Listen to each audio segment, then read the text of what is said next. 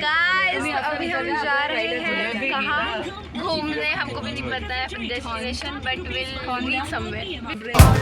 दादा है कुछ ना समझ, कोई जरा समझाए ना।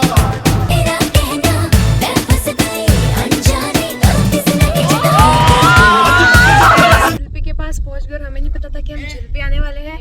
एंड झिल्पीचं नाही सांगायचं। नहीं गाइस, हम झिल्पी नहीं आए हैं। आई एम सॉरी गाइस, हम पता नहीं कहाँ आए हैं।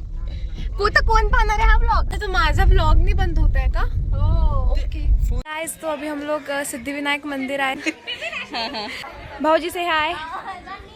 दिसले का ते माहित नहीं। एंड यहाँ फोटोज बहुत ऑसम और मतलब अभी हम यहाँ लेक से जा रहे हैं घर। गाइस हाय कर दो सब।